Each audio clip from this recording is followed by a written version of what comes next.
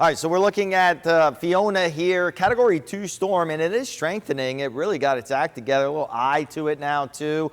It has a good outflow pretty much all the way around. It's still experiencing a little bit of shear here at the moment, but it's going to run into a lot of fuel up here, a lot of really warm water as it moves slowly to the northwest.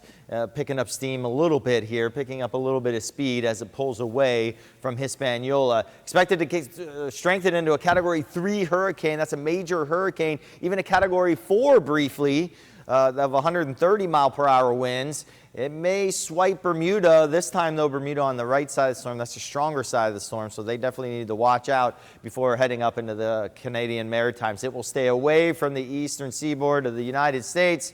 They will see large swells from this. We won't. We have the Bahamas as a blocker, but it may get down into the Treasure Coast a little bit later in the week. Now, with the steering currents of this, we have the big Bermuda high out there.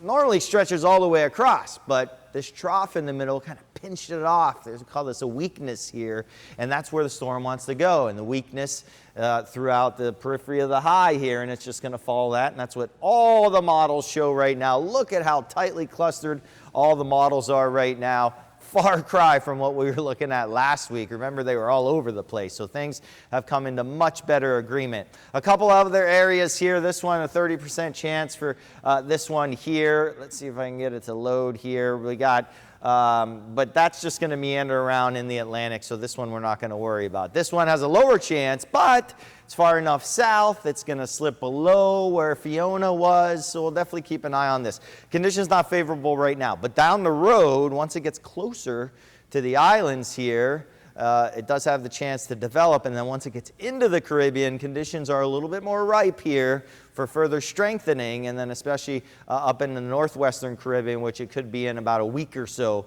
from now. And from there, you know, it is close, so we'll definitely keep an eye on that one too, as we are still in the peak month of hurricane season.